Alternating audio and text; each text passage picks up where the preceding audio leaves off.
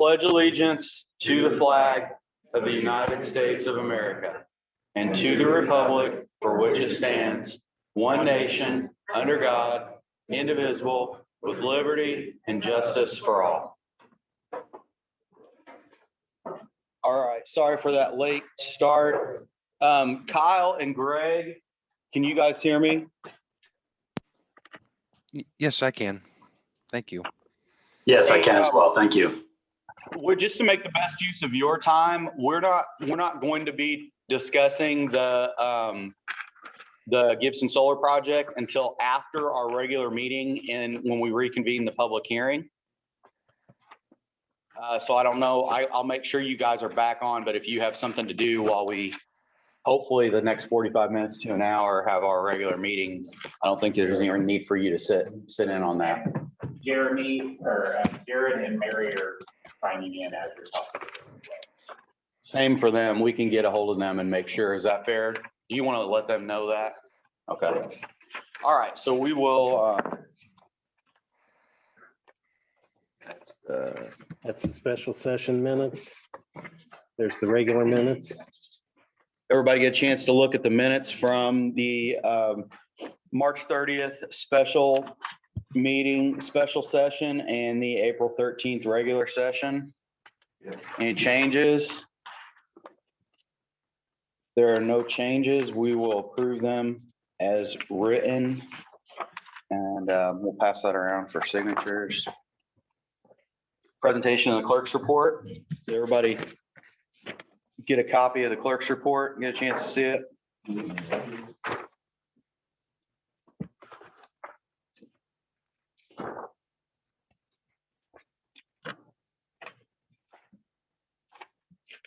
Department reports? Deborah? All right. Report today was I would be here. I gave everybody a copy of the inmate population report for April and our monthly statistics. I don't have anything else to share now.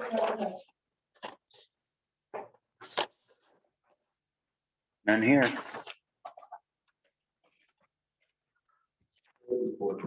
Thank you. If you're in the hiring process for corrections officers, I believe we have 6 openings. I'm having a little bit of problems getting applicants.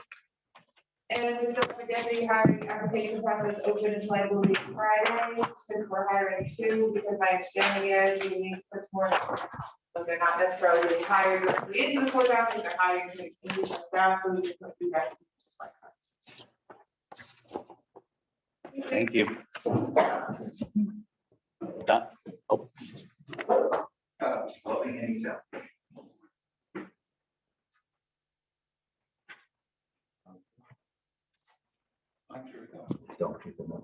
Yes.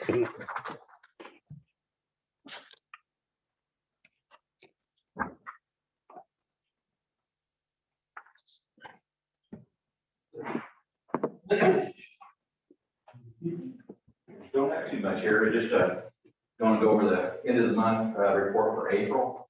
We had a total of 359 runs for the month. As far as total year to date billed, we was $1,056,021.20. Total year to date collected was $393,714.93. The percentage that we collected is about 37.25%. The new account as of April was $254,818.40. Out of that, we collected $94,086.62. The write-off amounts is that we had write-off was $2,378.63, and then the insurance adjustments we had to make was $12,035.50.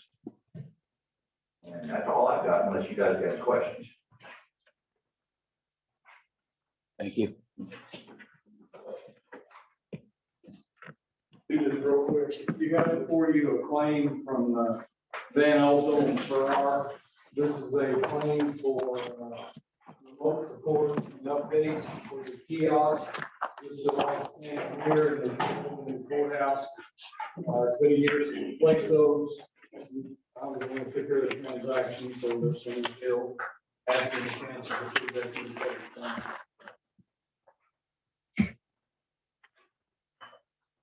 motion. We need a motion on that to pay the claim. So we would have to get an additional for that because that was fitting to my son. So you want to do that? Probably got I showed 500, over 522,000. so we can afford $900. I'll make a motion to advertise $900. Motion and a second to advertise $900 to update the kiosk. Any discussion? All in favor, say aye. Aye. Opposed? Thank you. 6-0. Commissioner Moe.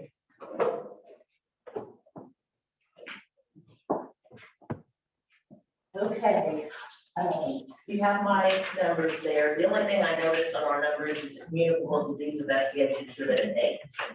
Not a CDC. So as you can see, we gave 1,503 COVID vaccines. And 140 positive cases. There's the 2021 stats, and so as you can tell, our numbers are going down. This is the lowest number of positive cases we've had since this has all started. So we're at right at 4, average of 4 per day. And actually in the last few days, since May, it's actually gone down a little more since that. The last 2 weeks, you know, from the government standpoint or the governor standpoint. So that's all moving in the right direction. I've been notified, I was just on conference call today, we will be getting Pfizer vaccine so that we can do children. As things unfold over the summer, I anticipate that the current will also be approved to give to young people. So I think we'll probably do both.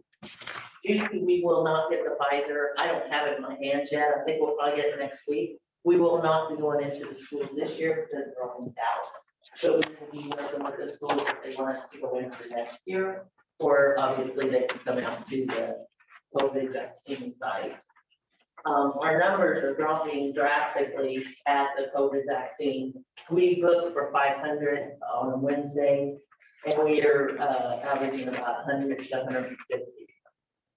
So we are at that related to that, but we have walk-ins. Anybody can walk in, see the fairgrounds from 9 to 7 and get their vaccine. We have Johnson & Johnson and the so if they would like that. And then they can walk in from 9 to 7 and get back there. One of the things that we've been having problems with, of course, it's spring and it's always wet and stuff. We're getting lots and lots and lots of stuff.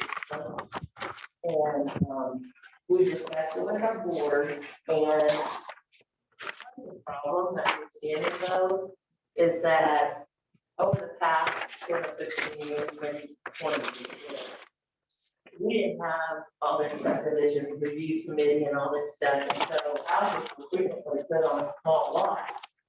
And there was enough room for one septic, but when that septic went bad, we don't have anywhere to go with the septic.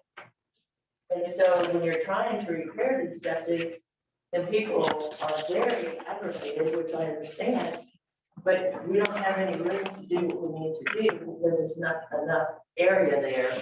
I think most of you would understand that. So part of what they hope to be a fix to this is the board would like to recommend that the county hire a building inspector. And this is just a letter, I'm just bringing it up.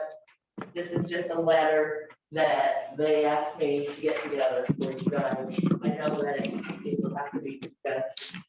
But the board wanted me to bring it to the commissioners and the council that they recommend that there be a county building inspector.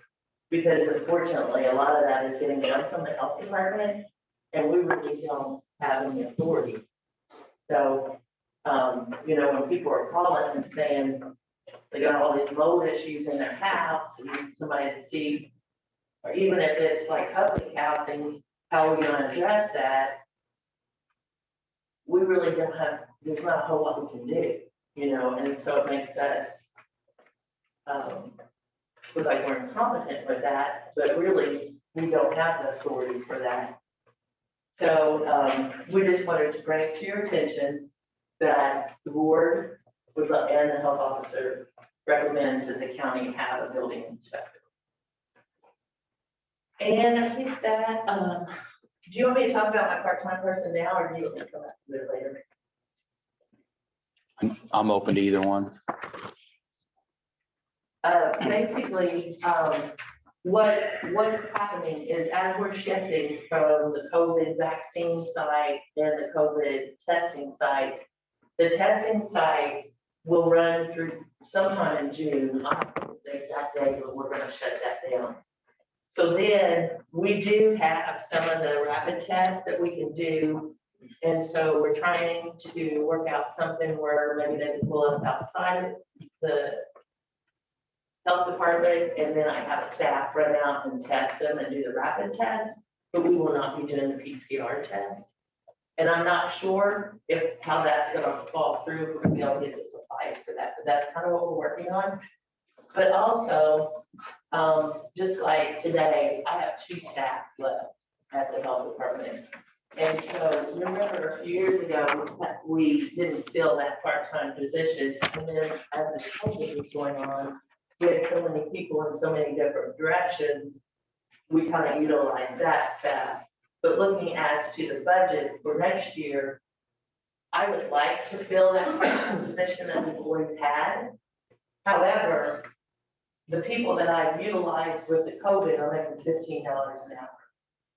And I can't even, I've asked different ones if they'll go to 10, which I know is what the part-time position pays. But even Casey's saying $12.59. So I guess I'm just asking that the council maybe revisit that with the budgets coming up, because staffing is a real problem in the county right now, and $10 an hour isn't gonna give us the type of staffing that we need to be useful for our department. And so I just kind of want to give you a heads up to address. One, would you allow me to go ahead and put that in my budget to fill that part-time position that I had? And 2, can you revisit how much we're paying for part-time staff? If we figure it in our budget, will you allow us, like if we had somebody working at $15 an hour, to stay $15 an hour?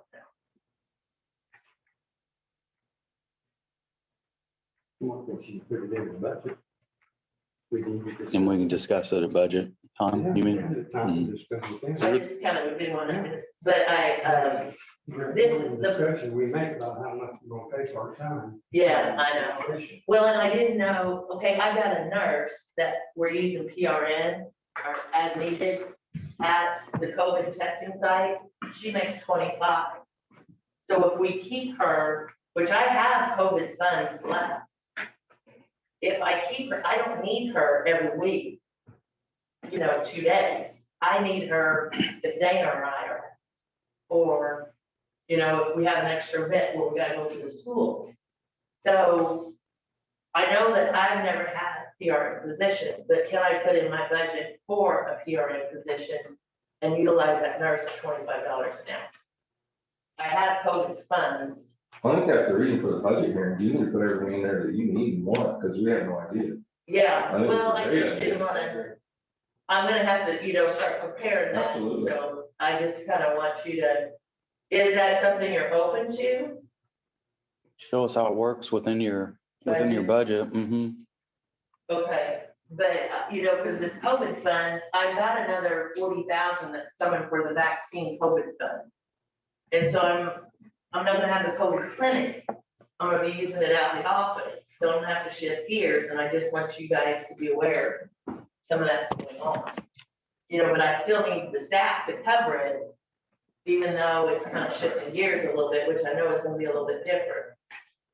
And I just don't want to blindside you and say, but I really wish, and I know I've talked to other department heads, it is super hard to get anybody for $10 an hour right now to fulfill a part-time job, especially I need somebody that I can start cross-training to do, you know, the foods and to maybe follow up, at least take pictures for Ben. So I need to have someone with a skill set. I don't need like a clerical person to answer the phone. And so that's what I'm just wanting to give you a heads up. That's what I'm gonna be proposing. We're having a board meeting next week. We will be adjusting our budget and putting it in there. And I'll try to revert most of that to the COVID money. But I would like, what I'm requesting is a PRN nurse that I utilize for special clinics and stuff, and a part-time staff person at $15 now.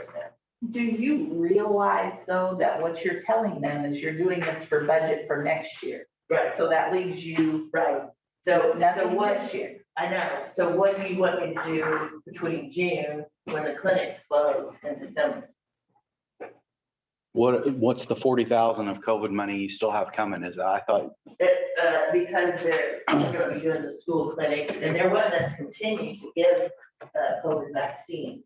So we just turned in the grant for that, and we have been approved for that. I don't have it yet, but what did you get with that other COVID? Was it 40,000 with that one too?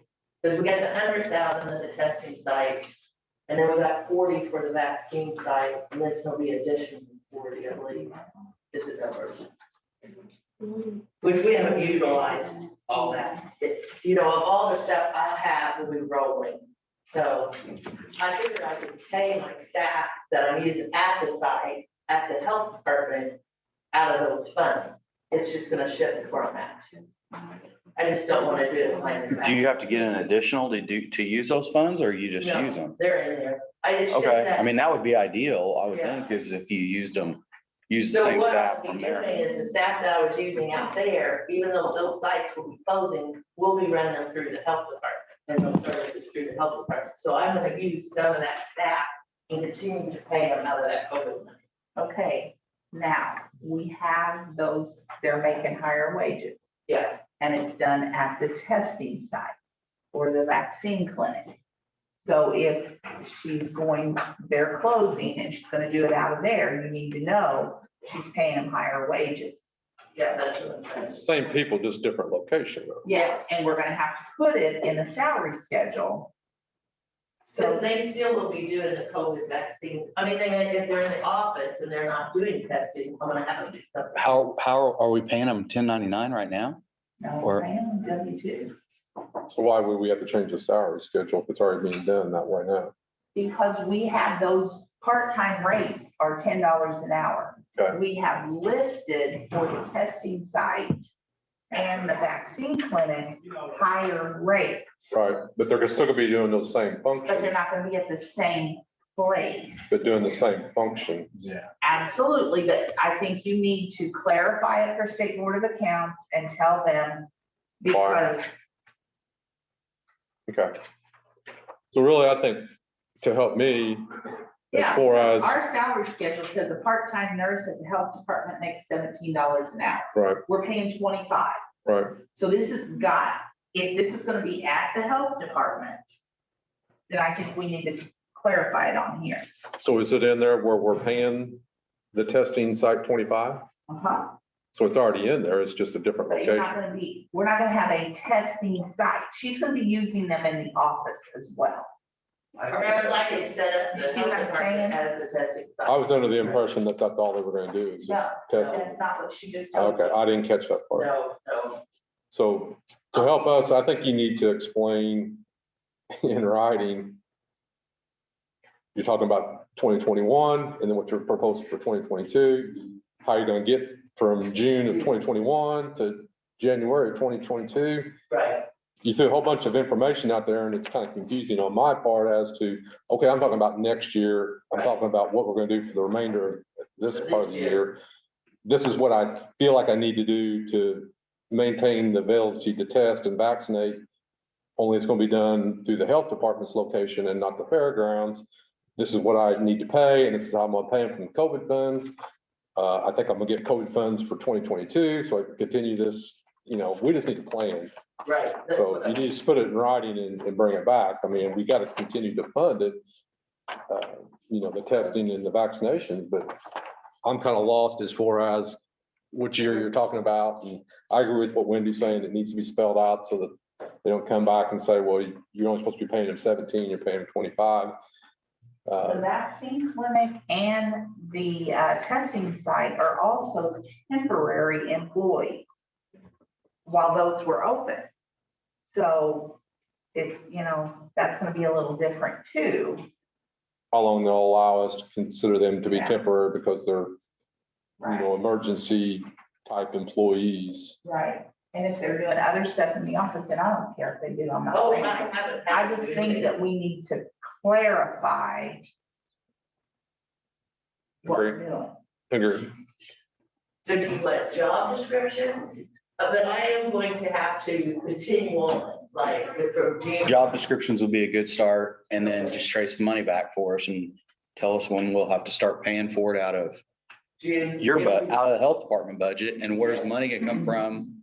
Is the health department budget have enough revenue to cover it, right? Well, the COVID money, the testing site will move to the trailer at the health department. Yeah, but we're talking 2022, is all No, this, I'm I mean, talking June. yeah, the June, so we just need you to break that down for, like, that part we can talk about at the next meeting, if you want to get that together for us. The rest would be better served for us to talk during your time of budget hearing about what we're gonna do next year. And I think that's gonna be fluid, don't you? At some point, aren't you gonna have to get a prescription or to get a test, or your doctor's gonna have to send you to get a test, like a flu test, or that'll never happen? We'll keep giving them? Wait, what I have for now, yes.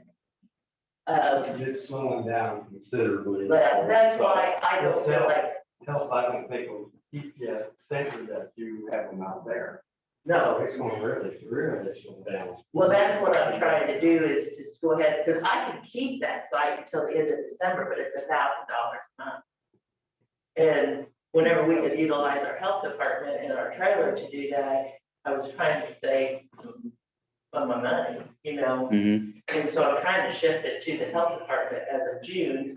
One, they're gonna be there July, so I have to shift. You know what I mean? So, and they're having more weddings and stuff out there, so it's hard for me to get all my equipment and stuff. I have to move it all each week. You know what I mean? And there's a lot of supplies out there. So, because I can't publicly have access to all those testing supplies. So that's where I'm gonna have to shift, and I have to probably shift June. So I just want you to be aware, I may come in June and say, here's the job description. I'm gonna need some of this staff to continue on, because I don't have enough staff to cover those responsibilities and the responsibilities that we're already doing at the health department. And I have a staff that's probably going on major medical. So I'm gonna lose one there. So, I'm gonna be really short staffed this summer, and I'm trying to give a heads up so that you don't come in and say, we didn't know about this, but I can't, the people I'm using, I'm either gonna have to ask them to go from making $15 an hour, but you're gonna do the same, pretty much the same job, maybe a little more. You're gonna come over here and make 10, or you're gonna pay 25 here, but whenever I'm giving you more responsibility, you're gonna make 17. That's what I'm asking not to let happen. I wanna keep them at the same. Okay? We just needed descriptions and reasoning for what you're asking, so. And then, for the budget, you just put that in your budget. Yeah, the budget, I'll give you heads up, but she's right, I gotta do something from June to December. Right. So, and I have funding left, there's money in my account. So, I'm just wanting to continue to use it. Sure. Do you want me to talk to Jason about temporary? If those people, if they are moved to the health department, are still, because we're in the blue. I think if she's gonna put them in the trailer for the short term to run a testing site there, that seems like the cleanest way to do it, doesn't it? until they start to do other work, and then it's gonna be messy how to pay them anyway. In the health department though, Oh, they will be, yeah, just a testing facility in the, yeah. okay. Plus Yeah. we need to Yes, check their probably do. hours. Yeah, We need to check the total hours for the year, Yeah. because that yeah. can, we can be running into a problem there. Right, with it being, I don't think they're gonna be classed as temporary. The nurse that I'm utilizing, I just started. Yeah, but So she doesn't have very many hours on. The clerical person or the testing site person, she has been here throughout the whole thing. yeah, so they're probably getting up there, so I just wondered. Please do, yeah. You need to check on that as far as what they're gonna allow to be temporary because of the special circumstances we've been under. Are we? Do we still have that agreement with that consulting firm? I that- don't know. I think so, because I mean, it could change in a heartbeat. Okay, Yeah. I don't think we have Okay. anything. What was the HR firm that Sherry used when we had? I forget, it's out of Indianapolis. Yeah, I It's an can't attorney remember out of the there. name. Okay. And they're the ones that said that they were considered temporary. Okay, So Yeah. you want to go there instead of Jason? I think so. No, Let's look at some things first before we go to just, that. just with that being their area of expertise, he's, Yeah. you know what I mean? Right. Yeah. I can't remember what his name is, but. I've got it there. I think it'd be quicker to get an opinion and ask Jason if he agrees, rather than to have Jason have to research and Gotcha. something that he doesn't do on a daily basis, but I think I originally sent that stuff to Jason too. excellent. I think. Okay. Okay. Any other department reports? Not, we'll move on to old business. Western Energy's SB1 and their compliance.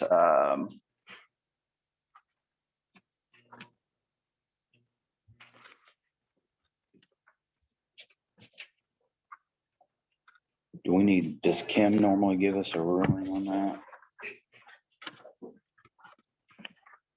It's just, this is just showing that they are following along Estimated actual period, okay. and just really need your signature on it. Do you need any action on I think technically I'm allowed to, it just needs the, well, it says authorized member, so yeah, we'll probably look at it and sign. I'm gonna, It's just saying they're in compliance with. yeah, it says their estimated SB1 salaries were $725,000. Their actual was $811,095. Salaries estimated on, I guess, another section was $125,000, and it actually ended up being $127,000. And then there's an additional $938,000 that was not estimated on the SB1 originally, so I feel like they've, So the numbers are a lot higher than what the estimated didn't really. yeah, the salary numbers are, That's good. I think they had 9 employees whenever they were on Broadway. And then when they built the new facility out there so in the entire on Lyle Station Road, they added an additional 2. Yep. So I would read that. that's So, where they are. Yep. so they've maintained the 9 that they had and they've added the 2 that they had promised, and they're paying amounts more than what was anticipated originally. So how I read it. I would entertain a motion to authorize me to review and sign the compliance document. Motion. It looks like on the improvements, they had budgeted or estimated 2 million, it come in at $1,808,000. The project cost was a little under what they had budgeted, so. And that's the part was abated. I'm assuming.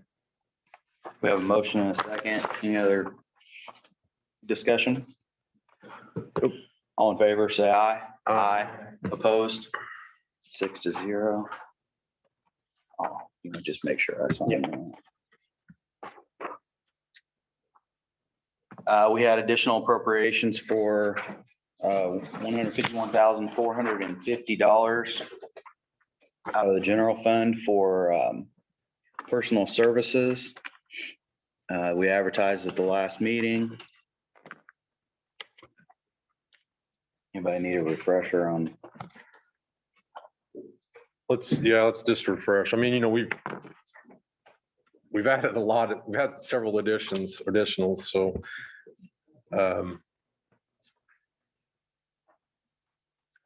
Which I think what some of that was for.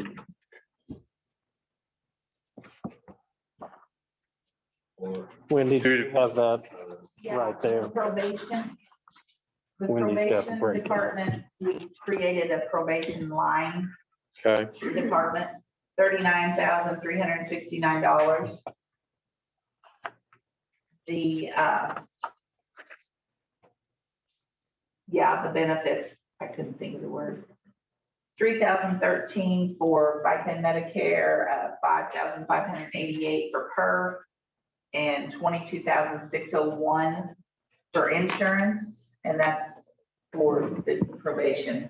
We've also got 44,708 for the court security.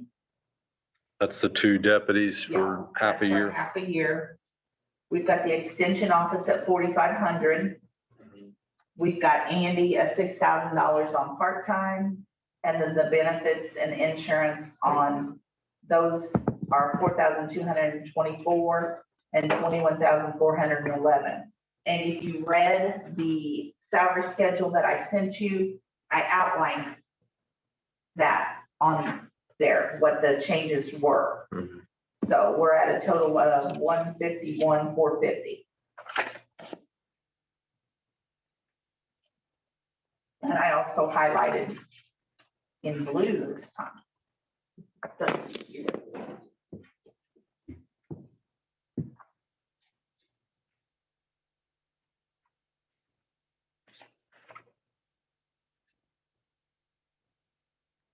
So look through that real quick.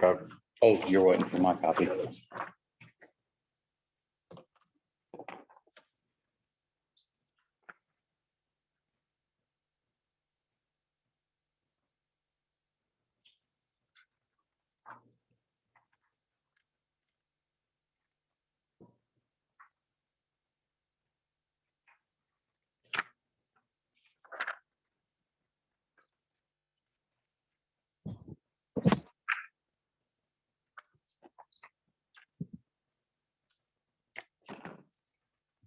Yeah, I had a couple of phone calls from Bill. In reference to, my lord, $151,000, where's this all going? So. And I remember we went through it and everything. It's just that, you know, with the funds that we're showing, we've got money that's in there that come because of the COVID and just being able to sustain what we are committing to, we have got to pay attention. So, I mean, this is all items that we agreed to, and it's part of the public safety and whatnot, and maintenance, but need to make sure that before we commit to something long-term, that we have a way to fund it, so. Well, and like the probation, that had to be moved because there wasn't the money in the. And there are items we talked about at budget time, we thought we'd try it as long as we could, and, Right. so. I guess it is what it is.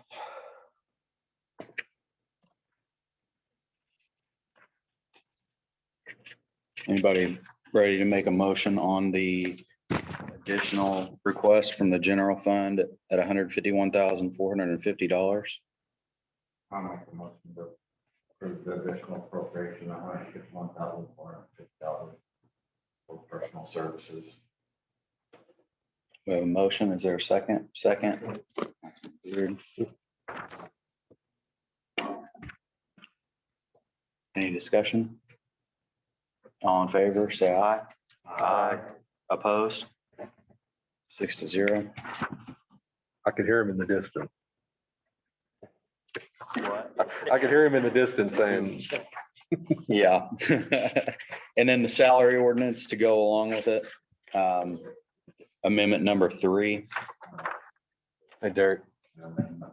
a motion from Councilman Riley to approve. Is there a second?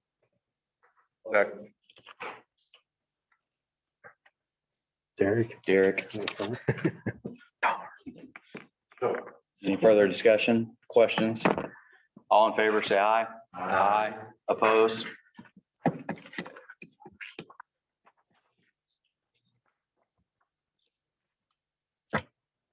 Any other old business? New business, Public Defender Fund. Approval only for budget 1,200.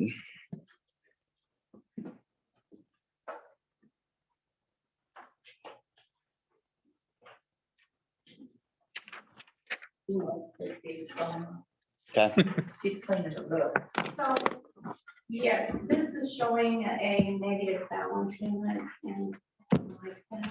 I'm gonna clean it up. There's a couple others that need to clean up, but this one only needs council approval.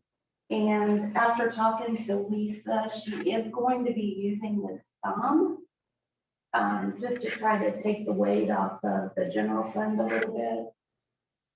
There is $122,385 in there right now. And she budgeted for 104,000. And she said she just tried to think of everything possible that she might need in there. So 104,000 to get us through this year, and then she'll bring a budget at budget time. So it's a new one for us to review. so I want to make sure, there's 122,000 in the fund, Yes. and she said she budgeted 104,000 She did for budget 100 this year or for next year? For this, So she wants to increase it to 122, or what are you saying? no, Oh. she has 122. We haven't spent any money of that. We need to Yeah. appropriate the Yeah. 104.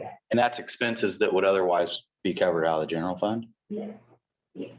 And I doubt that she uses all of this, but they do have the murder trial going on, and I think some of the money for that will be spent from this fund. This is the one that she used 100,000 to start her department with, if you remember. We transferred 100,000 from here into the general fund to get her going. We had to get an additional for some extra, but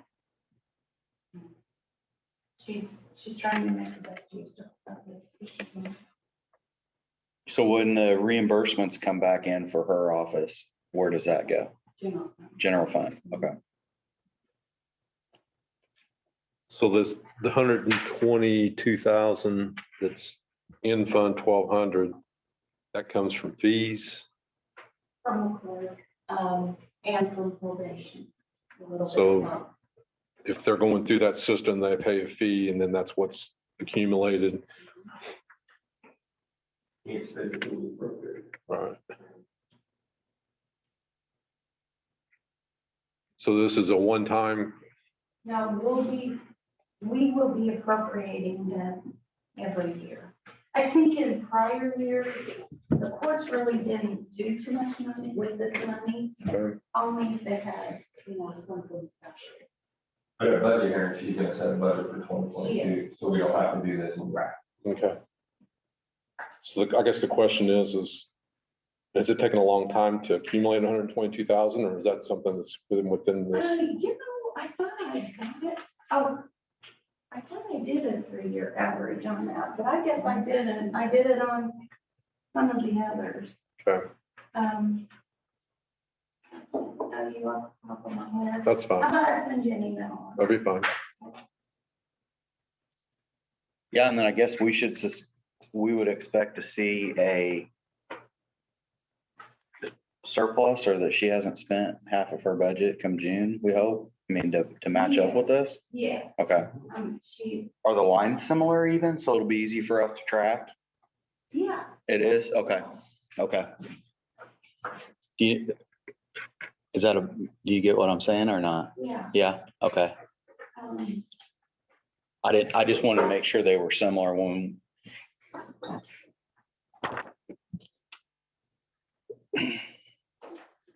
Yeah, I don't look at it next to, but in that fund 1,200, where she's spending here instead of Not. her fund out of the general fund? Or is this in addition to what they're In already addition. spending? in addition. Okay, So, you know, if she has a line where she maybe doesn't have enough money in her general fund, she'll come here instead of maybe coming to us for an additional. Okay. So it's just kind of supplemental. Right. yeah, we just want to keep, when we got a proposal for that up front and how much it was going to cost and how it was going to work. Yeah. She is- Just want to make sure that this is matching up with that. And I think we have received 2 reimbursements so far. So maybe when I email you guys back, I can include those reimbursements so you can see what we're getting back. Got it.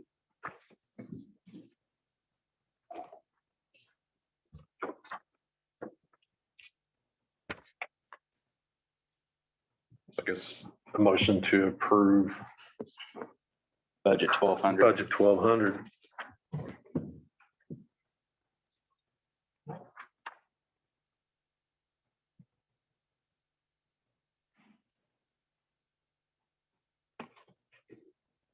There a motion? Yeah, I'll make a You made a motion. motion. Yeah, I'll make a motion that, We have a motion. Is there a second?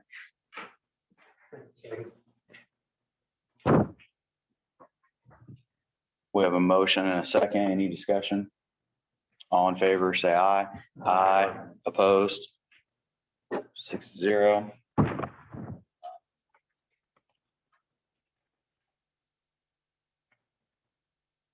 And we have a request for an additional. Yeah, so Fund 1148, let's start with that. Kay pays these claims because you first sends her these claims to be paid. But it's never been budgeted, and I don't have anything telling me it should not be budgeted. So from here forward, I think you need to budget every year too.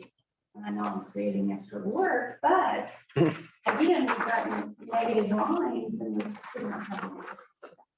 So I did reach out to the director, Diane Vaughn, at You First, but I'm not heard back from her.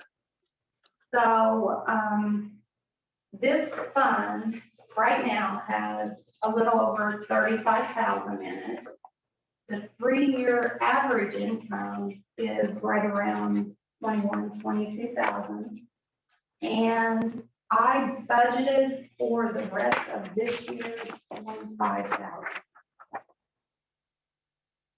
That covers the negative lines that we have right now and then gives them some room for supplies. I think right now, all they've spent it for is coordinator. And they've spent like 4,400 for a coordinator.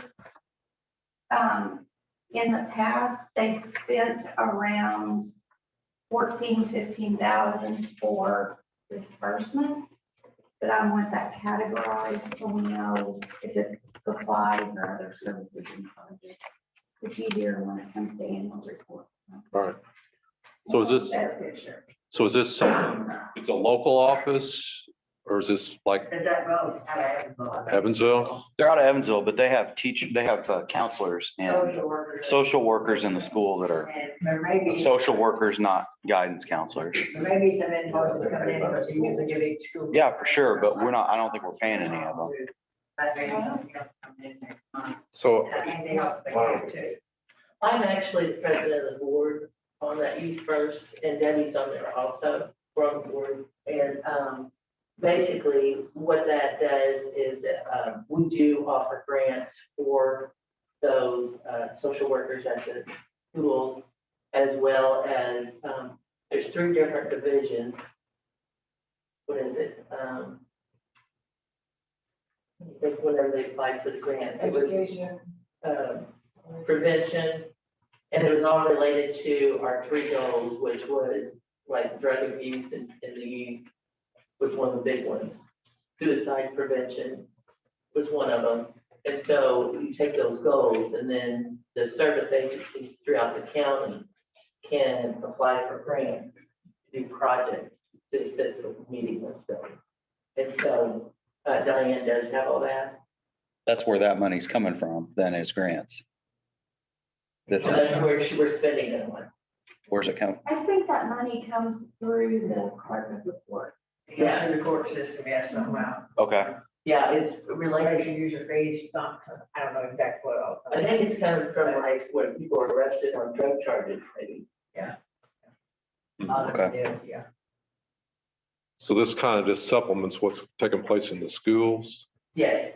because each school corporation in the county has at least one youth Social first worker. social worker. And they, I think those are supplied by you first. They pay all that out of the Southwest Indiana, whatever. Yeah. And then, so this Schools money, apply for a grant, and they pay their salary. So first pay you first to have those social workers. But they're grant funded positions at the local level. Yeah, the grant is the state that pays. And I don't know, it pays half my salary too, so. So it's this, what you're asking to do, or what comes through the county, this Kay's been paying these bills, is just to fund special projects within our county. So it's local money collected, local money spent. Okay. Not taxpayers' money, it's all comes from. the justice Fees. system somehow. And it needs to have a budget. Yeah, you did. I understand. Absolutely. I understand. We're just, it's new. We just, I'm glad you're doing it for sure. Yeah, Wanna and I mean, know. it's a lot of things that should have been done a long time ago, but it's being fixed now. So, yeah, we just have to look at another fund budget or whatever budget time, but it needs to be done. So, And it prevents this discussion throughout the year. right. What motion could be made? Well, I guess just, To clear this out. it'd be a motion for additional appropriation to We have to advertise this. advertise, we have to advertise to create a fund or, We have to advertise this to get the appropriations, because right now there are no appropriations. okay. What's it out there, 125,000? 25,000 on this one, and then I've got another one that is Tim's fund, and I talked to him, and he said he was gonna be out today, so he said, would you just? So, he has medical care for inmates. He did budget it for $1,000, but there has been $2,770.73. So I asked him if another 4,500 would be enough, and he said, yeah. What's the fund? 1174 medical care for inmates. What's the balance? The balance of the fund is $1,774, and it receives a deposit each month. The 2-year average income is $7,081. So by the end of the year, we will have enough to fund the 4,500, plus getting started next year.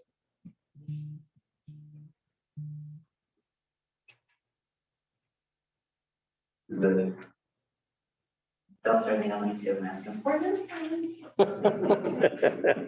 Just very clear, look, I don't motion, we need to make, come forward. So it's just a motion to advertise to fund both of those two funds. Right now, it's a motion advertised 29,500 total. Correct. That's Princeton math, by the way. That's Princeton, man? Sorry, I got the 1154 was the fund number on the second one. What was the first one? 1174 on the second. Close.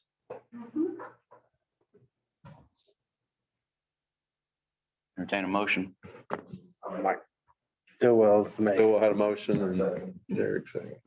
All right. So that, I want to make sure I get the numbers right. My email, Yeah. Wi-Fi connection went down. So this one, that one's from 1174. 1174 was 4,500 and the 25,000 was 1,200. 1148. 1148. Yeah, see, I had 1,200 in my head too. Got it. Yeah. Okay. All right, so we have a motion on the floor for 25, a motion and a second on for 25,000 additional in Fund 1148 and 4,500 additional from Fund 1174. Any other discussion or questions? And this is just This advertising. is advertised I on. just got a question. If I am paid out, what's actually paying some of that grant that, that's what I was gonna My, say. yeah.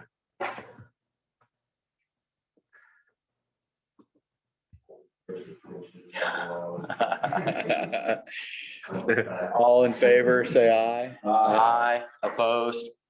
So that's 5-0. Councilman Riley abstaining. Does he need further explanation of that? Just, okay. Thank you for being patient with us on that one. Recorder's office hiring a part-time employee. Actually, you guys, if you would approve for me to hire a part-time employee, I did have one last year, and when the COVID hit, none of us knew how things were gonna go, but obviously the real estate market is continuing. We are really busy, and I need someone to help me with the archiving and doing the back indexing. I had all of our stuff scanned last February, thank goodness, before everything hit. So now our records are on the computer and everyone has online access if they subscribe to our online. And it will go back to 1813. So I need help trying to get everything on there. I have 35 Laredo online subscribers right now. John and the auditor's office, the assessor's office, everybody has access within our building to what we have, and it has made it so convenient. I'm sure he can tell you how convenient and helpful it really is. So I have $275,000 in my perpetuation fund, and so I'm asking for like $8,000 out of my fund to be able to hire someone. And does that Laredo money go into that fund? Or it does, Well, okay, along with other No, things? the Laredo fund does not, I don't know if you remember, but whenever I changed systems and we had to open up an account called the Enhanced Access Fund. So what do people pay online? Some of that money I have to pay our vendor. And then the rest of it, I can use that money to upgrade our system. So with that money, you know, I will be able to probably pay for some money eventually in that whenever I do upgrade the system. With that, I mean, it's building, especially since the COVID has hit. I mean, right now, 35 different companies, you know, it really has helped. I did find out at our recorders conference over last week, before last, I can take some of my money that goes in from identification security protection fund. That itself can go into the recorder's perpetuation fund too, which right now, out of this money, I pay a full-time employee and was paying a part-time employee also benefits. So I have more than enough money to. You just need $8,000. Yeah. And I have people to cover for vacation time and, you know, and it's not stopping, we're busy, you know. So does this just require our approval as well or an additional? No additional, just your.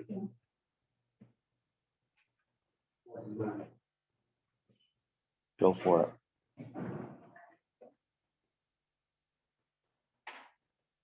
We have a motion to, I'll make that one. Thank you.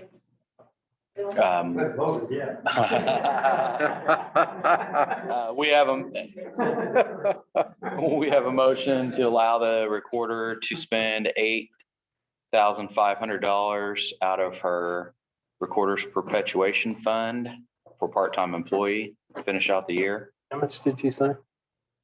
No, 8,000. 8,000 even, excuse me. Motion for 8,000 to finish out the rest of the year with a part-time employee. All in favor, say aye. Aye. Opposed? Now you're there. Any other new business?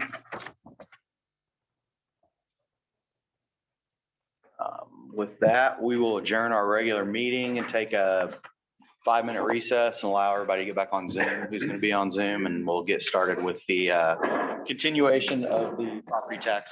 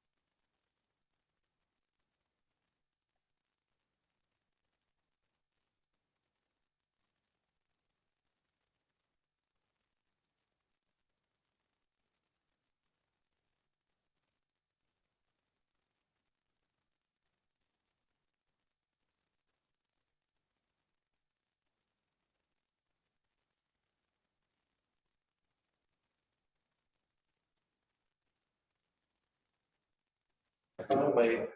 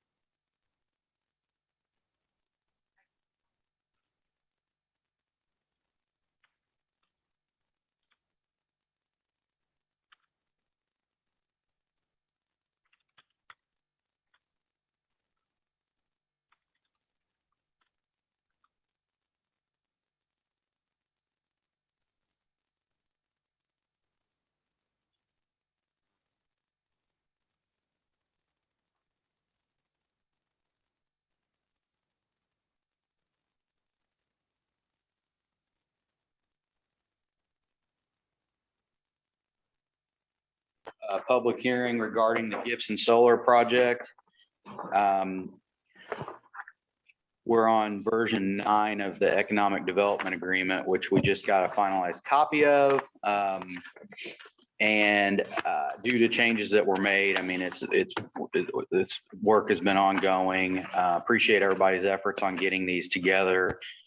Craig and we've gotten advice from our legal counsel that the final changes that we had requested overnight have been changed in this document. We're just looking at it for confirmation here.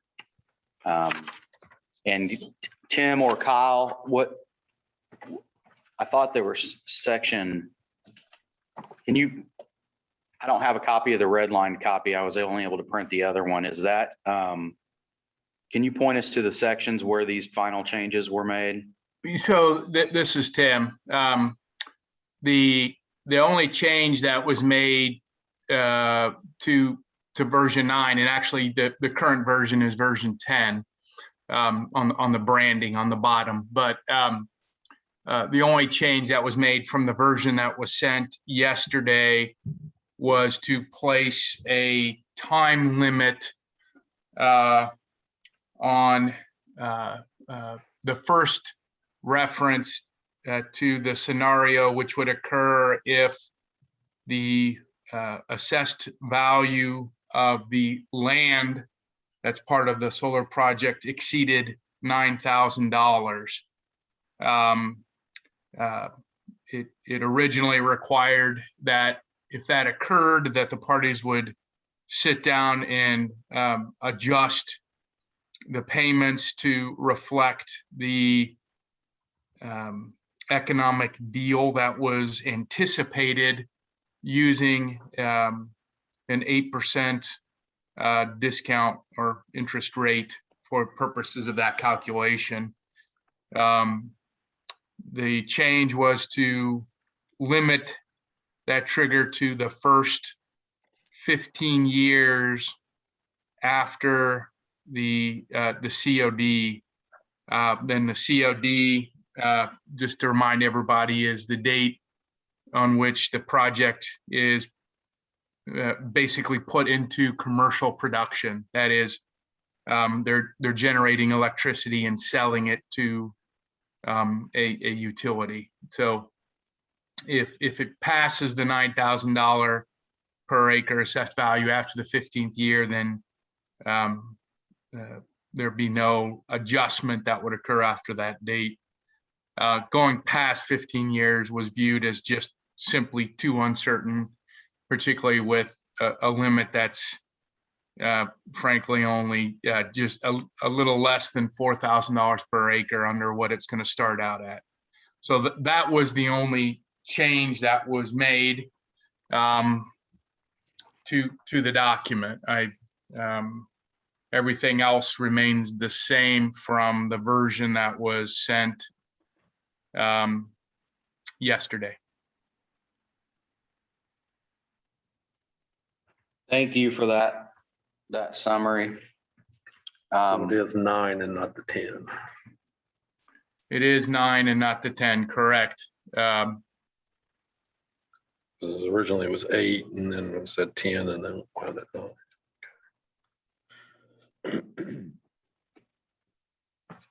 That's correct. It was 8, then we suggested 10. They suggested 9, and then we suggested 9 with the cap. Okay.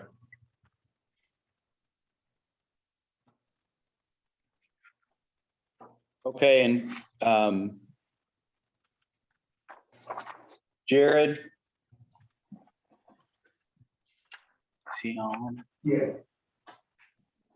Yes, hey, Jeremy. Hey, can you give us kind of a summary? You kind of summed up rather than me try to repeat or parrot the conversation that you and I had yesterday, with you talking about where we are, where we started, where we were coming from. I wondered if you wanted to handle that or have me.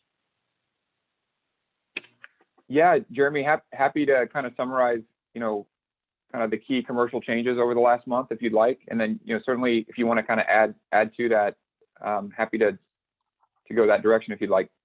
Wonderful. All right, great. Well, first off, wanted to thank you, County Council, for having us, back on your agenda, and in particular, thanks to the committee, Jeremy, Jay, and Craig, as well as their professional team with Tim and Jason, put in, several late evenings to work through this over the last months, and we're very appreciative of your time and efforts. We know it's a very busy season for many of you. But to kind of summarize where we've come over the last month, I think the first big change was when the committee brought to our attention that the Toyota TIF is set to roll off here in a few years. And the impact of that TIF rolling off for Toyota will be an anticipated lower tax rate for Patoka Township in particular. And the anticipated lower tax rate was validated by additional analysis from Baker Tilly. At a high level, the tax rate is anticipated to come down from approximately 2.5% today in Patoka Township, down to something in the 1.7% range once the TIF rolls off. And that lower tax rate has, the potential to lower the property tax payments for the project. And so based on those updated tax projections for the project, we were able to rework the economic development payment structure with the council. Did you have part of one? No. Just, give one to that table and then we can look at this.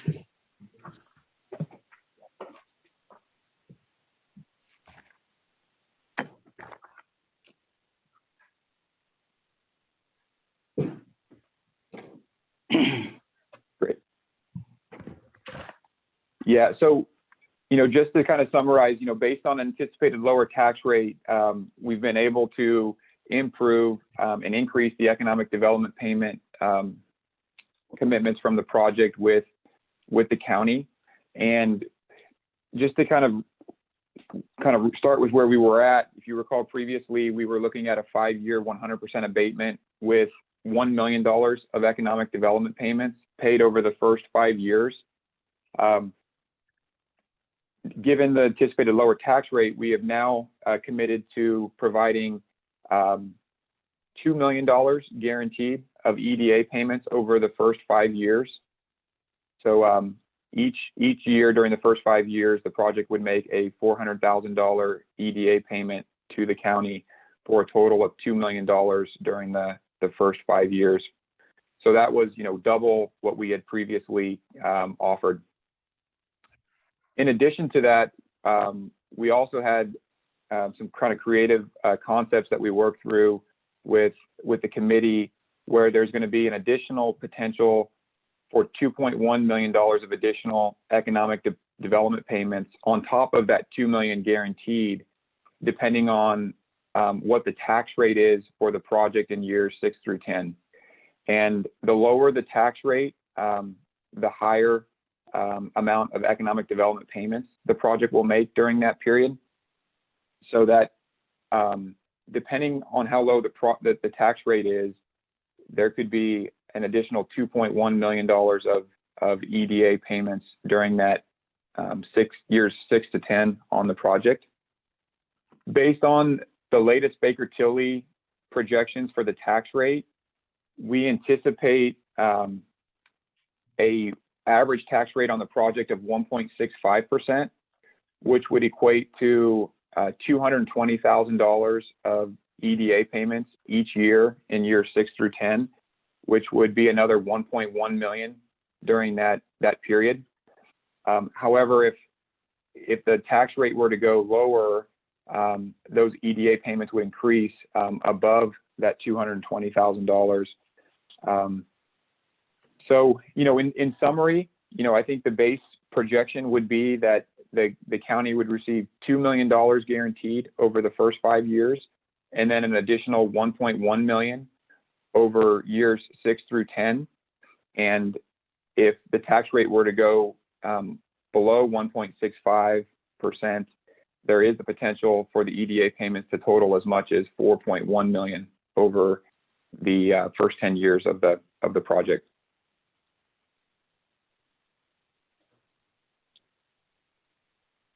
Excellent. And So somewhere maybe- along, you also, there's also money in there for solar for the jail and this building, potentially 200,000. They got added since your initial offer after conversations, I think conversations with Commissioner Fleetwood. Yes, that's correct, Jeremy. So in addition to that, we also have committed to provide up to $200,000 to fund solar installations on government buildings. And, I believe the annexes as well as the jail have been kind of identified as potential facilities for that. But I think, we're open to committing to at least, $200,000 for any government facilities that the county asks us to do so.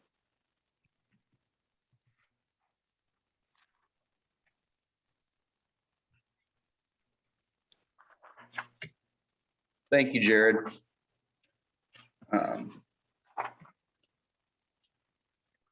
We have copies in our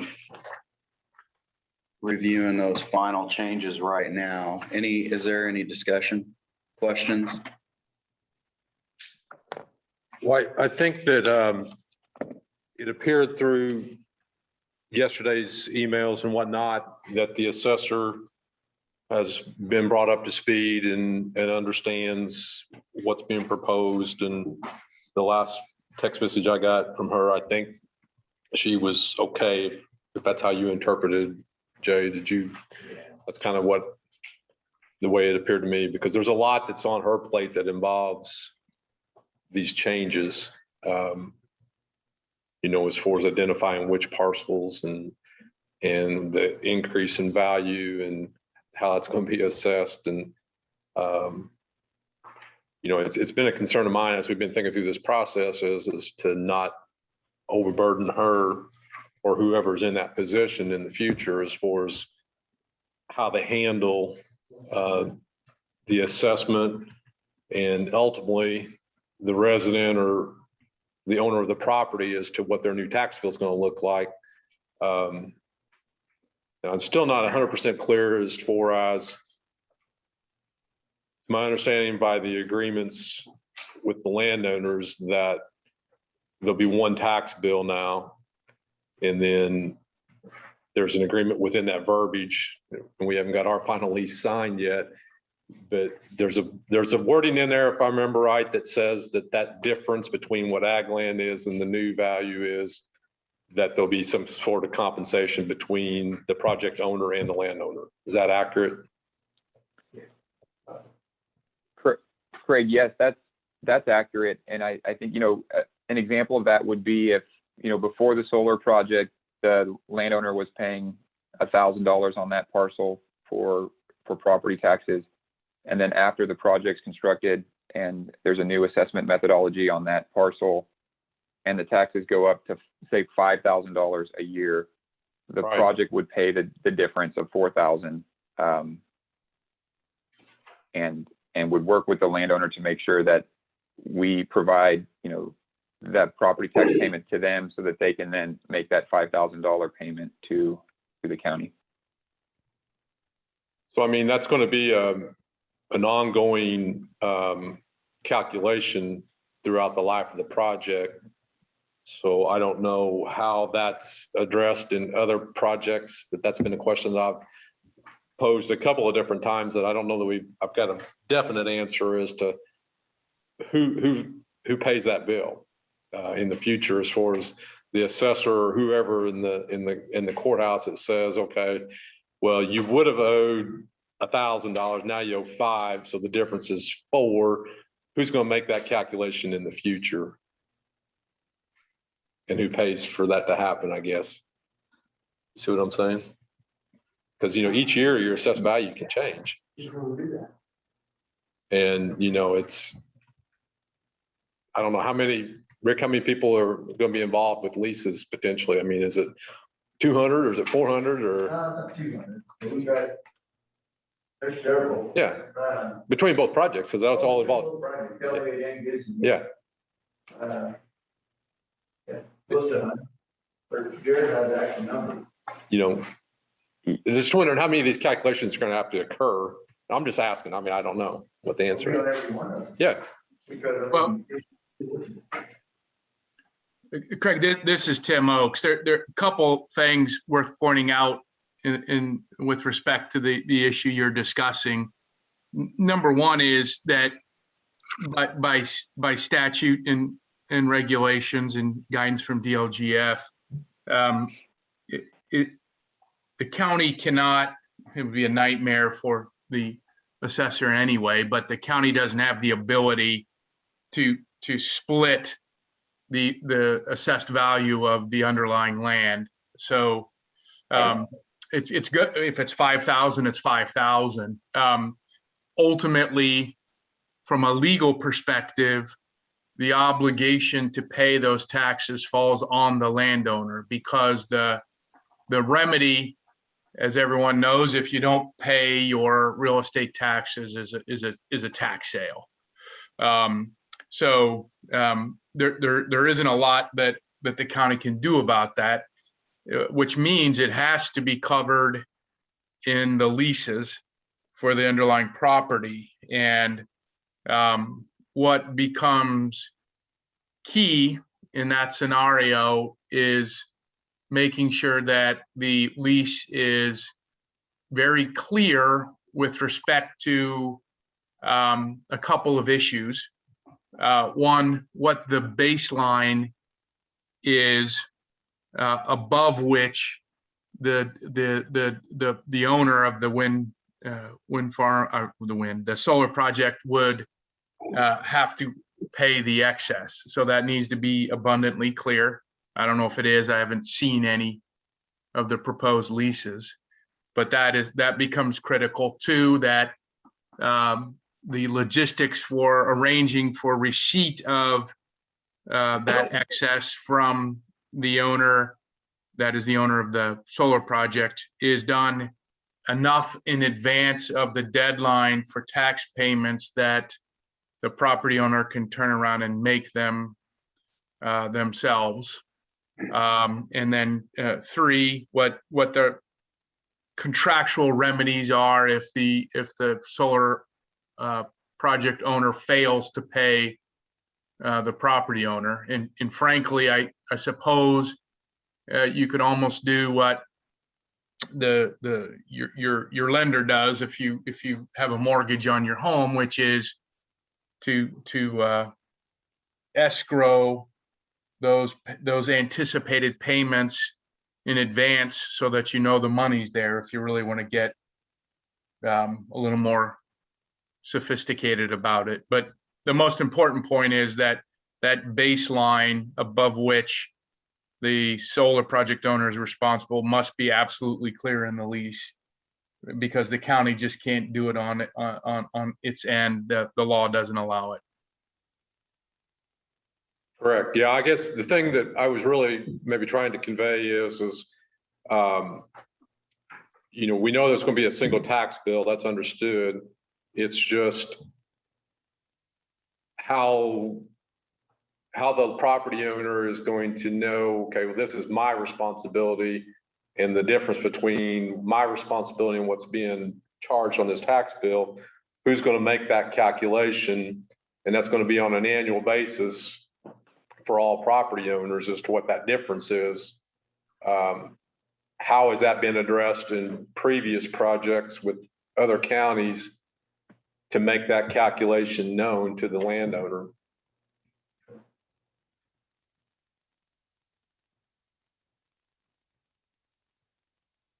Yeah, Greg, this is Jared. You know, I think a few points of clarification there. I think, you know, one, you know, this is something that we work through, you know, regularly with our landowners. Obviously, this is an important topic for many of them. And, you know, we believe our lease agreement does make it clear that, you know, the parties will agree upon, you know, a baseline, and that will become the basis for determining any incremental tax that the project will pay to the landowner so that the tax payment can be made each year. But that's, you know, this is something in our view that will get, you know, addressed between the project and the landowner. And this is something we believe, you know, pretty comprehensive language in our lease agreements to address, to ensure that the right, you know, split between the tax payments is determined between the parties, and then you know, ultimately the tax payment is made from the landowner to the county based on the tax bill for that year.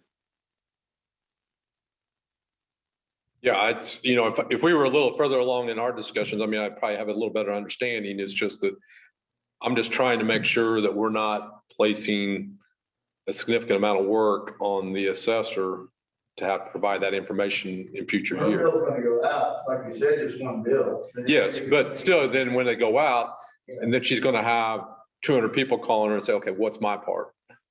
You see what I'm saying?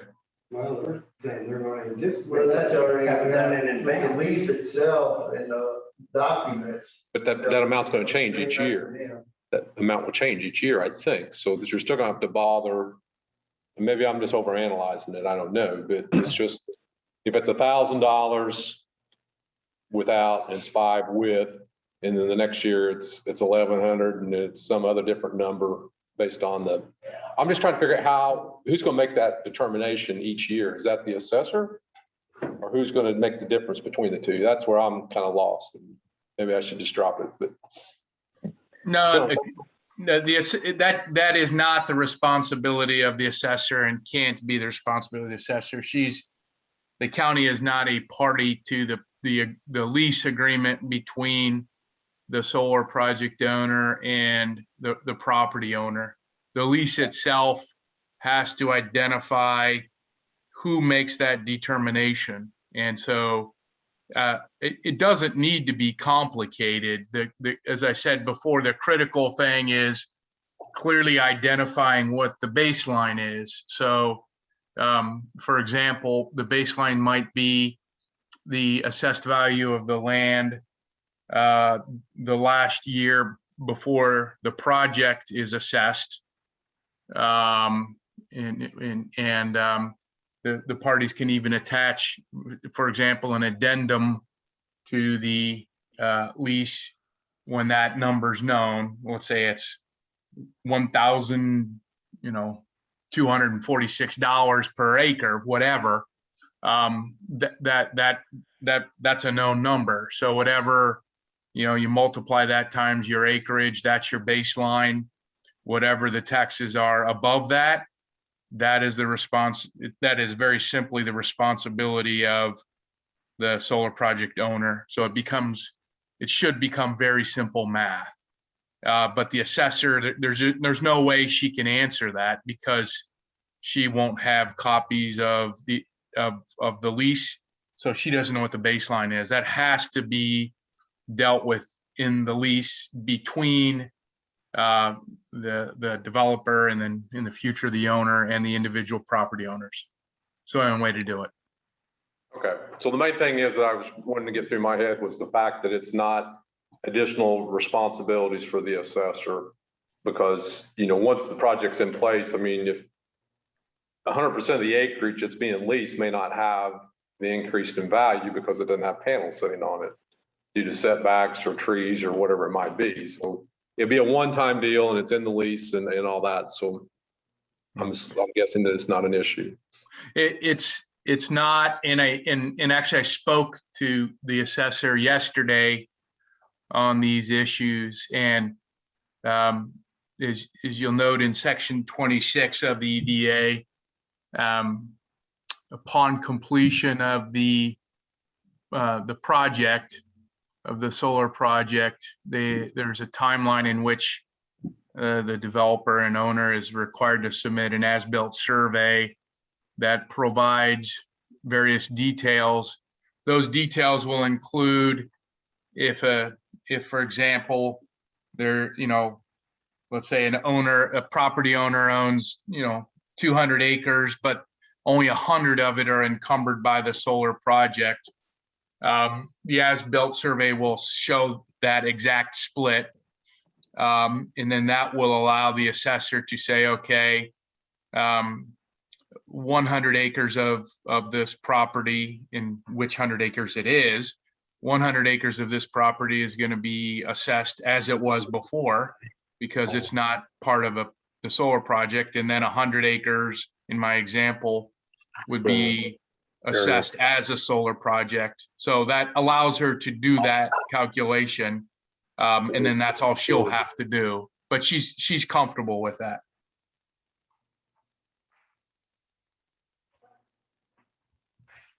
Tim, we're in section 26. 26. That's road use. Road use standards, pollinators, contributions, and aerial images.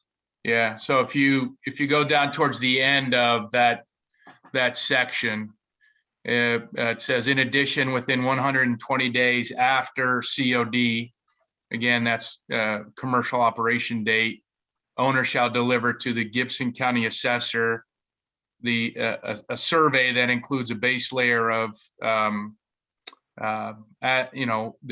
aerial photography and then the as-built project improvements.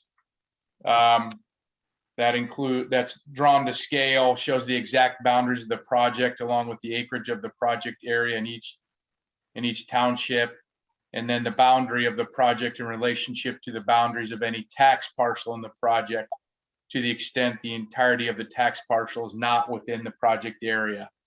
That will allow the assessor, the goal here is that will allow the assessor to pretty readily be able to make the necessary adjustments with respect to the assessed value of the properties,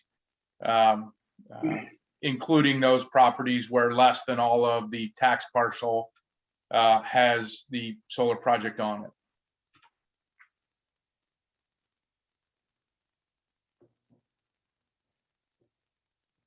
So that will be aerial photography that the assessor has used in the past, the same quality and all that to identify these areas. And it's just referencing the project area. Is that, to be clear on that? Yes and no, it's not quite that simple. And let me explain. So the documentation that is being provided pursuant to the proposed economic development agreement will allow the assessor to do what the assessor is supposed to do. Having said that, what the assessor has been doing for the past number of years is about every, I don't know, she indicated to me about every 4 or 5 years, she does a flyover of the entire county. So she gets aerial maps of the entire county and she has to do the entire county as opposed to just portions, because the company that maintains the GIS for the county needs the whole county at once. They don't do it in bits and pieces. And so at some point in time, there's going to need to be a flyover and new aerials done of the entire county, not just this solar project. That cost has been, at least a lot, according to Kim, the last time that was done, that was about $100,000 in expenses. But again, that's for the whole county, and that allows her to adjust all of the property based on ag use. And eventually that will need to be done for the entire county. What the solar developer here is proposing will do the trick, but it will just apply to their property that's included in the solar project, not the whole county. The whole county is still going to have to be done at some point in time in the future, which honestly is something that, with or without the solar project, she indicates needs to be done about every 4 or 5 years anyway. So ideally, she would like the flyover of the entire county. But if that is not going to occur, then what's in this agreement is exactly what she needs. John, Is that a digital product, not just, a paper aerial? I understand it's not the same as what the traditional photos we get are. That's a question for Jared. So is she gonna be getting a survey of where the panels are compared to the property? That's what they're saying, That's what I'm saying here now. Jared, that was John Howe, our GIS director. Yeah. Hey, John, this is Jared. So, I think we can, provide that in, whatever, GIS form you want. I mean, we can, obviously create PDFs, or if you want it in, different GIS shape files, we can provide that to you. I think it's, tell us what form you want, and our GIS team can get that to you. So reasonable. Yeah, I think it just has to be so that it can be incorporated into our website as far as a layer and all that, that's usable, and we don't want just a paper drawing. Have to scan that or whatnot, so. So I know that was. It won't be an issue to provide a GIS, GIS files that correspond, to the as-built survey. So with this final version, there's not any dollar amount assigned for aerial photography that would to go to help make this happen on the county's behalf. Is that accurate? Yes, that is accurate. There's dollar amount, but they say they won't provide it. They'll provide the documents, but the county will not receive any compensation for a flyover or anything like that. So For the rest of the county, yeah. not our project, for the rest of the county. Well, I mean, even if you incorporated the 3,000 acres that's involved in the two projects with the flyover, they're not going to reimburse the county for any of that 3,000 acres. They're just going to do their part as far as coming up with a survey and in a format that can be incorporated into our GIS system as a layer, there's not gonna be any compensation to the county in the form of aerial photography. When do they even need that done then? It's coming up pretty soon. So Craig, I would say, we're prepared to, pay all expenses to get the assessor the necessary information that we've described here in section 26. So there should be no, additional expense for the assessor. We're going to take that all on to get the assessor, what she needs for this project. So I want to, make I just that, know- hopefully that's clear. Yeah, just to be clear, because I know at one of the meetings that we've had in the past, there was some talk about, well, maybe they would pay a portion of the flyover or something like that. But basically, that's not in this consideration at this point in time, the way I read and understand. And I think it's. Yeah, and I apologize. Cover our project. Yeah. There was Jared gave a description of that they'd be using this all to get her the information she needed for that area, but not the rest. That was kind of their response after our request for that. Yeah. But that did get across to them that we were looking for those data, right? I mean, Yeah, look, in the context of our conversation, apologies if there was a misunderstanding, but we thought, the context was, providing, the necessary mapping to allow the assessor to properly, assess the project and make these determinations of, how much is in Union versus Patoka Township, as well as if there's parcels that are partially used by the solar project to provide the breakout there. So, we've obviously, committed to all of those things here. Given this is still a very small percentage of the overall land in the county, it's hard for us to take on, surveying the entire county. So, our hope is what we've, provided here, would be acceptable to the council. And again, we've structured this, in our view, as creating no additional expense or burden for the assessor. It's on us to provide this information to the assessor. Okay.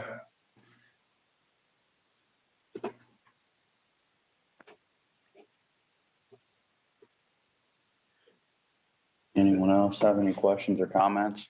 And then I think one final, just so that, all the council understands and all that. I mean, I think the original request was presented as personal property abatement, but it also does include a few real property items like buildings and fences and things like that. That's accurate, isn't it? From what I understand?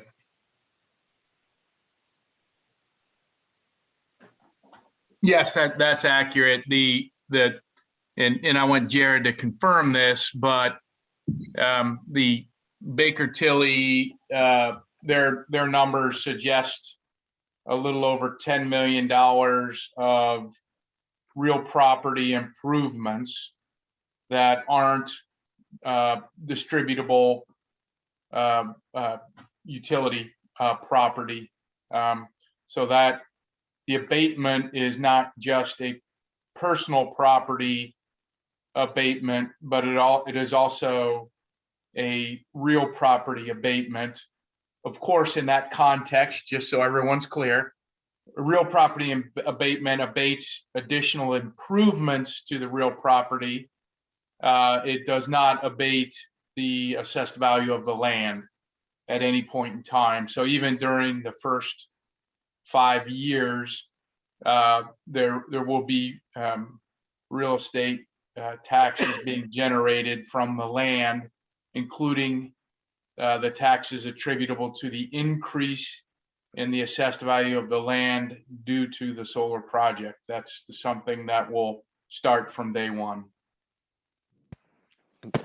And this is Greg Balsano with Baker Tilly, just to kind of reiterate that our analysis has assumed, based upon the numbers we received, that 5% of the investment is on the real property improvement piece that's being spoke about. And that's just over 10 million, as I think Tim mentioned, and that, we show an illustrative assessed value for that piece of right around 5.4 million, just as an illustration to kind of show. And in our analysis, we do account for an abatement on that portion of the investment as well. While we're on that slide, there's one thing I don't really quite understand under that footnote number 6, where it talks about state credit of gross additions of 60%. Can that be explained? What that is, I don't understand what that is involved or what that's all about. So on the, I can, this is Greg again, I can speak on the math behind it. So in the first year within the state, for utility distributed property, there's a 60% credit that is given to all utility distributed property in its first year within the state. So that credit is in the amount of 60%. So that is reflected in these analysis that we have provided. And I think it's worth noting with that explanation that it actually has zero impact on the county. I mean, you're providing, if approved as proposed, 100% abatement in the first year. So whether that credit is utilized or not, you're abating to zero the actual assessed value for purposes of the actual real property taxes. So whether that 60% is taken or not doesn't really matter from the county's perspective. I think it's shown to be accurate more than anything else, but the impact to the county is zero. That was my question. So thank you. Sure.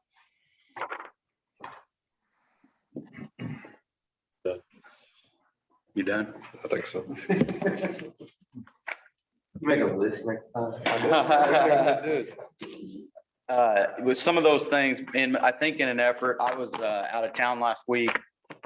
Kim is on vacation, and I think in an effort to expedite the process at various times throughout the week, a group email turned to a text or a phone call to try to get to the next, to get someone to respond. And so yeah, we wanted to, by the time we got here today, we had a document. We knew that Jason and Tim had looked at it and verified that it had the final change that we wanted, as well as their explanation of how they would get us the information on what the project is going to look like when it's done, and how Kim's going to do her work that seemed satisfactory. So just in my experience, 15 years, we've never scrutinized an abatement the way that we have this one. And I guarantee that. And I think it's important to point out, Jared, you didn't mention it, but this is a dramatically better deal than what counties are seeing, because of our very unique situation, the value of the land, the location, the tax rate changes that are going to come when this TIF district comes off, that allowed us to get to this point. Yes, that's absolutely right, Jeremy. I think if we look generally what's going on across Indiana on counties that are giving abatements, you look at, what is the EDA payment amount relative to how much the project's getting in abatement. And typically we're seeing something around, 25% to 33% of the EDA payment relative to the abatement amount. And in this case, I would say based on the base case projection of $3.1 million of EDA payments going to the county relative to the project getting, $6.1 million of abatement, that's, over 50%.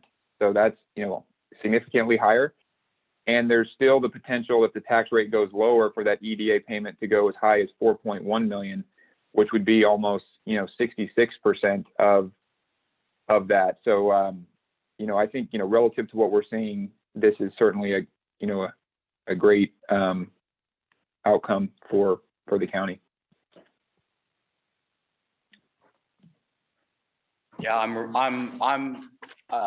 I'm comfortable with where we are, happy with where we are, appreciative of the patience of everybody in the group and diligence and moving forward, but I think it's time to bring this part to the close so we can start to, assemble a committee and talk about what we're going to be doing with this money that's going to be much needed over the next 10 years. So between the fact that we've got them coming in here and then we're also going to have additional funds, hopefully we'll get as much public input on, so that on what projects make the most sense, over the course, because I know their opinions. So, but I feel comfortable with where we are. And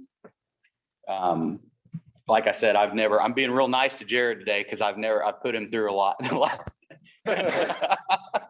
last 3 months. So. No, it's been a pleasure, Jeremy. You definitely done a great job representing the county, as the entire committee, and we're pleased that you kind of helped unlock some of this additional value in the lower tax rate that we could end up where we are here today. Anybody else have any questions or any? Well, we're allowed to vote today, public hearing.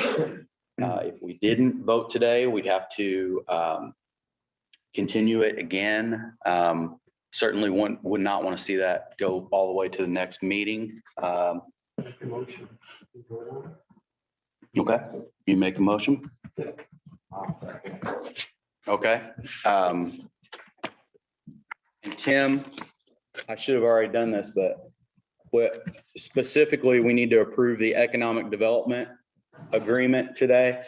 Well, yeah, there is a draft resolution that has been provided that incorporates the most current version of the economic development agreement. I think the motion to be accurate, would be approve the requested abatement of 5 years at 100%, subject to are conditioned upon the execution of the EDA in the version that was sent to Jeremy this morning, which is version 10.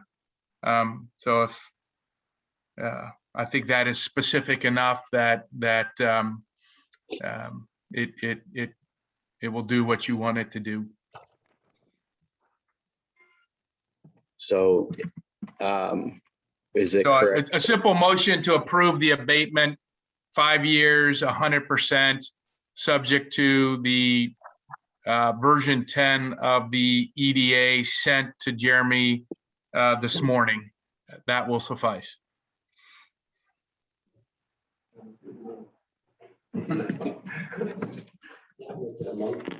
Do you have that? Approve the requested abatement at 5 years, 100%. 100%, subject to the condition of the EDA in the version 10 sent on 5/11/2021. Subject to the execution of version 10. Yep. That is correct. The condition, the execution.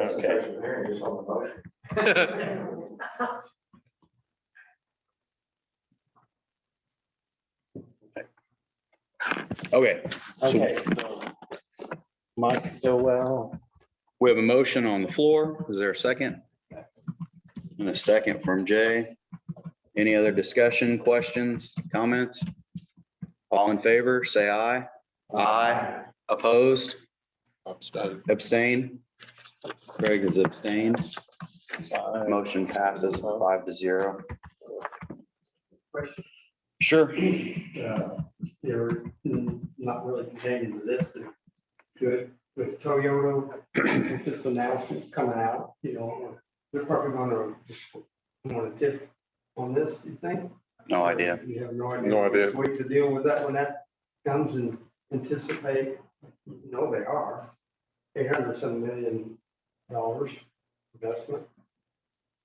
What will that do? What My- the question would be if they would. My guess is they would request an abatement, not a tip, but I don't know that. Tax Mm, situation. yeah, I don't know that it does any good to speculate. We've not. Here, this came out actually after a few numbers were ran. The day they announced it, we had a meeting that night. And the numbers came out that day. So. I don't think it does any good to speculate. I have not heard from Toyota what their plans are on that in any way. The anticipation, obviously, with the back end is that if this Toyota project comes onto the tax rolls during that point, that would mean significant additional funds for us. Yeah, for sure. Appreciate it. Is there, I believe that's it. Meeting, public Hey, hearing. Jeremy. Yes. Jeremy, this is Kyle Rosaterritz. I was hoping to ask if Mike could please gather signatures to the resolution as well as the SB1 today while the council is together, and then circulate that over to Marion and me this afternoon. Yes, we'll verify that we have the copy of version 10 and we'll get those documents distributed here before we go. Thank you so much. We really appreciate your time today. Thank you. Thank you. Meeting adjourned. Thank you, everyone.